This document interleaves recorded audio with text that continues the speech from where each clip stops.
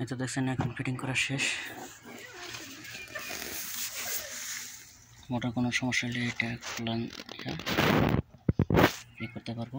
এটা হলো পানি, কোনো সমস্যা হলে পানি অফ। আগে এটা ছিল না, এখন নতুন করে লাগানো হলো।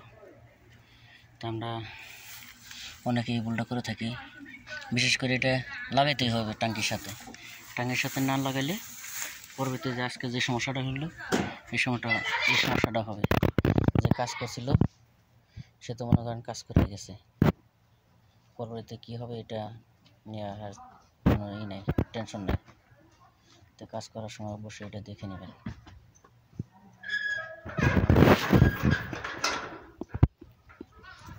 এখানে ঘোরা দেখেন, এখানে ঘোরা ফেলা হয়, দেখেন কীরকম করতেছে।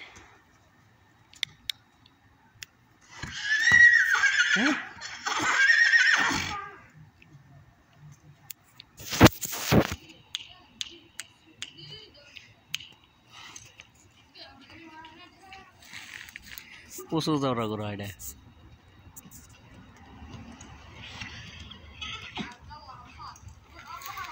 এখানে ঘোরার জন্য এটা লাগানো হয়েছে মোটর। ওকে, সবাই ভালো থাকবেন।